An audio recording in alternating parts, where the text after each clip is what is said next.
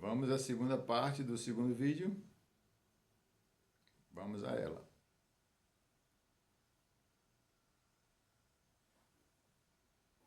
O que nós poderíamos ter como crítica a essa coisa que eu estou expondo até agora, em relação a quem é mais um terapeuta mais tradicional, seria eles focarem na plasticidade do cérebro. Eles poderiam dizer, não, mas se eu pegar um comportamento, mesmo sendo tradicional, e eu colocar dessa forma, por o cérebro ter essa capacidade de ter uma plasticidade cerebral, ele vai sofrer um pouco, o autista, mas ele vai aprender. Por quê? Porque é como se fosse aquele princípio, água mole em pedra dura, tanto bate até que fura. Então, se eu pego um comportamento, mesmo ele tendo resistência, isso no pensamento antigo, se eu pego um comportamento para ele escovar os dentes, para ele parar de bater nas pessoas, para ele parar de morder, se eu pego esse comportamento e eu uso um comportamento repetitivo, tipo aquele filme lá da Laranja Mecânica, uma coisa bem, né, tipo de laboratório, eu vou fazer com que você aprenda até, mesmo que dure 3 anos, 4 anos. É um sofrimento. Então, baseado nessa questão da plasticidade cerebral, eu posso usar isso aí, mas um dia ele vai aprender.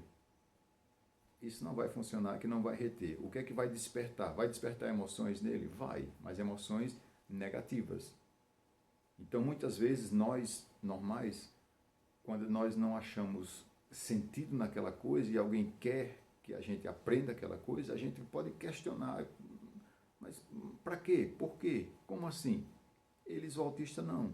Qual é a forma deles dizer esse porquê, para quê? É se distanciar, é se travar, é se bater, é se morder, é se fechar. Então, não é água mole em pedra dura, tanto bate até que fura. Nesse caso, para o autista, não vai funcionar.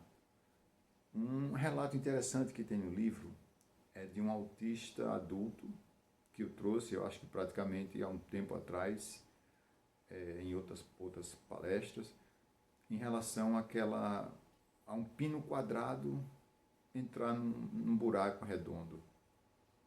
Então, se eu pego esse pino quadrado ou esse parafuso quadrado e tento colocar em algo redondo e eu bato com muita força, talvez ele entre. Mas o que é que vai acontecer? Então, o foco aqui não é na quantidade da água mole em pedra dura, não é a intensidade que eu vou bater, mas é no resultado desse pino. Você vai estragar o pino, porque ele vai entrar, por exemplo. Mas como? É como se fosse assim, eu consegui e fiz com que ele entrasse no buraco, o pino quadrado. Mas veja como você danificou esse pino. Se a gente for fazer uma leitura meio grosseira, o terapeuta antigo, ele dizia assim, não interessa o pino, o importante é que ele aprendeu. Ou seja, não importa se ele sofreu para aprender isso aí, o que importa é que ele aprendeu. Então nós podemos pensar de uma outra forma, entrando nessa parte da conquista, pegando aquela coisa, uma habilidade dele para tentar incorporar alguma coisa, ou você quer fazer o água mole em pedra dura? Vai aprender das duas formas.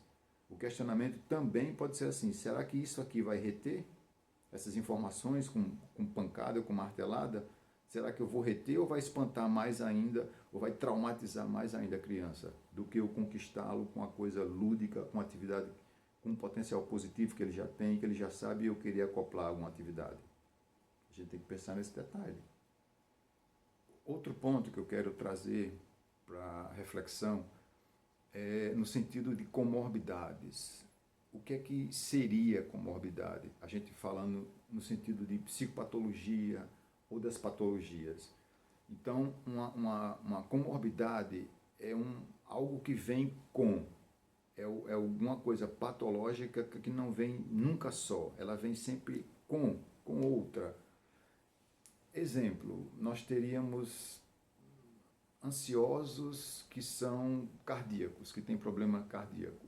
Nós temos depressivos que têm problema com ansiedade. Nós temos autistas que têm problema de audição, etc, etc, etc. Então, nunca é uma coisa só, mesmo sendo uma coisa psíquica, pode ter outro comportamento psíquico. E às vezes um comportamento psíquico também pode ter um comportamento médico, ou seja, um coração que não funciona direito, um rim que não funciona direito, uma audição, uma visão. Então, se isso aí, essas comorbidades, essas doenças que vêm junta com outra, já irrita um neurótico, um normal, pense no limiar abaixo desse autista, pense o grau que é quando vem a comorbidade. Se você pegar 100% dos casos, a gente vai ter 99,9% dos casos que, eu diria até 100%, que tem comorbidades. Nunca uma patologia, eu não gosto muito dessas palavras nunca e sempre, mas eu vou arriscar dizer aqui, nunca uma patologia vem só. Se é ruim, se incomoda um neurótico, imagine um autista com esse limiar mais baixo. Então, se eu consigo me expressar e eu não sou entendido, eu não consigo me fazer entender pelo outro, e eu já tenho um limiar baixo, e eu já tenho também uma comorbidade, veja a confusão que dá se a gente for tentar fazer esse procedimento antigo. Eu sempre estou voltando a esse procedimento antigo, porque infelizmente ainda está acontecendo muito em tratamentos com autistas. Então, se eu tenho tudo isso aqui, e eu vou pegar esse comportamento, esse procedimento antigo e tentar fazer com que ele aprenda alguma coisa ou modifique o comportamento de determinada coisa, veja o caos que vai acontecer. Um outro ponto que eu gostaria de abordar, que inconscientemente a gente pode cometer, esse erro que a gente possa cometer, é tentar colocar o comportamento de alguns autistas de um determinado padrão. Eu vou dar um exemplo. Digamos que um autista queira algo e ele reage de uma forma X, de um padrão X. Exemplo, ele ele teve uma ansiedade na escola, alguma coisa aconteceu na escola, ele chega em casa e começa a, sei lá, enfileirar os carros. Então, não podemos cometer esse erro de ele teve um estresse na escola e chega em casa ele vai enfileirar os carros. Se outro autista começar a enfileirar o carro, os carrinhos, os brinquedos, os objetos de alguma coisa, então eu pai, eu mãe, eu vou dizer, então foi porque ele teve um estresse na escola. Então toda vez que fulano, outro autista, teve um estresse na escola, ele chega em casa e enfileira os carrinhos, então ele se acalma. Então toda vez que esse outro enfileira os carros é porque teve estresse na escola. Se meu filho enfileira os carros é porque ele também teve estresse na escola. Não. Cada autista vai escolher um tipo de comportamento para ele tentar ver o mundo que foi desestabilizado lá voltar a funcionar normalmente. Então ele usa, um exemplo, um autista usa enfileirar o carro, o outro utiliza o balançar do corpo, o autoacalentamento, vamos dizer assim. Então não é também cair no erro de pegar o padrão de um autista e tentar replicar nos outros, porque cada um vai encontrar a sua forma. Então ficarmos atentos para esse ponto também. Se um faz um comportamento igual ao outro, não necessariamente os gatilhos que foram disparados anteriormente são os mesmos. Possa ser que o mesmo gatilho seja disparado, estresse na escola para os dois, um vai balançar o corpo e o outro vai enfileirar os carrinhos, por exemplo. Então temos que ficar também atentos a isso. O ponto que eu gostaria de abordar agora, ele vai remeter a dois fatores. Então o ponto seria não focar nos aspectos negativos do autista. Como assim? Eu vejo o autista como só a pessoa que bate portas, a pessoa que faz crise de birras no chão, a pessoa que morde, a pessoa que diz coisas diretas sem relevar nada. Você é muito gorda, você tem um cabelo estranho, você isso, você aquilo. Então, não focar somente nesses aspectos. Esses aspectos precisam ser trabalhados, com aquele passo a passo que eu falei anteriormente, e eu vou falar mais outros. Então é não estigmatizar esse autista simplesmente olhando para esses aspectos negativos. Então, desviando esse foco para os aspectos positivos, quais aspectos positivos do autista? Ele sabe desenhar bem? Ele sabe falar bem sobre astronomia, sobre história? Ele sabe tocar um instrumento muito bem? Então eu vou pegar o lado positivo dele e tentar aplicar e passar alguma coisa que ele precise aprender, escovar os dentes, vestir uma camisa, fazer alguma coisa desse tipo que ele precisa, aprender os dias da semana, os números, alguma coisa desse tipo.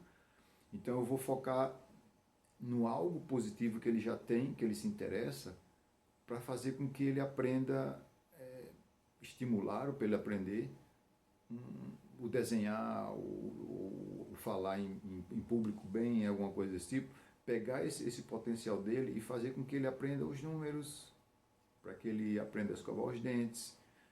Um exemplo concreto, digamos que ele tem uma habilidade muito boa em desenhar. Então eu preciso que ele aprenda os dias da semana. Então eu vou acoplar, ele gosta de desenhar. Ok, ele gosta de desenhar o quê? Ele gosta de desenhar Mickey Mouse. Ama desenhar um Mickey Mouse. Qualquer coisa ele está lá desenhando e faz os desenhos maravilhosos de Mickey Mouse e fazendo isso, fazendo aquilo. Mas eu preciso que ele aprenda a escovar os dentes. Eu preciso que ele aprenda os números, os dias da semana. Então eu vou acoplar uma coisa que ele já gosta, que aí é onde entra o lúdico, quando eu falei.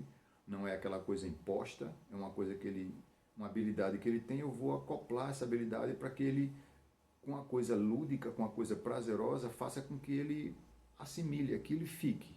E não sendo colocado uma coisa de fora muito dura e muito seca para ele. Tem que mexer também com a sensibilidade e com o emocional dele. Então vamos lá, voltando para o exemplo. Eu preciso que ele aprenda os dias da semana.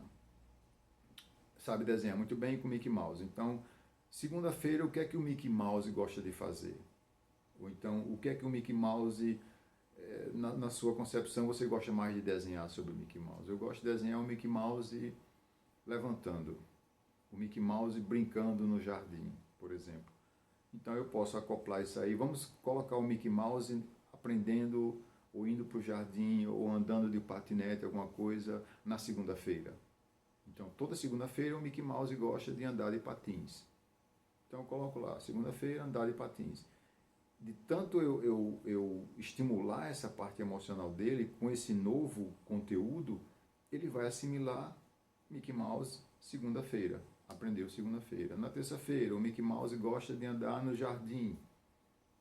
Jardim, terça-feira. Quarta-feira, Mickey Mouse gosta de assistir televisão. Desenho Mickey Mouse assistindo televisão na quarta-feira. Então, com esse procedimento, como eu falei que vai atingir 2 pontos, o primeiro eu vou introduzir uma coisa que ele precisa aprender, usando uma habilidade dele, e a segunda é a emoção e a empatia que vai criar entre aquele que está transmitindo essa ideia de aprender os dias da semana, escovar os dentes, fazer qualquer atividade que ele precise aprender, com uma coisa que ele já sabe. Então eu vou aprender mais alguma coisa, eu autista vou aprender mais alguma coisa, e eu autista vou ter uma empatia com aquela pessoa que está transmitindo aquela informação por mim. Não é uma coisa imposta. Então veja que o emocional ele fica muito mais registrado quando é uma coisa mais positiva. Claro que os traumas, as coisas negativas também ficam, mas se eu tenho a finalidade de fazer com que ele aprenda um comportamento ou até deixe de fazer comportamentos considerados ruins para ele, morder, beliscar, alguma coisa desse tipo, eu posso usar também os desenhos. Eu posso usar algo que ele goste, que ele se identifique, que ele se emocione fazendo aquilo ali, e eu acoplar essa forma lúdica para ele aprender.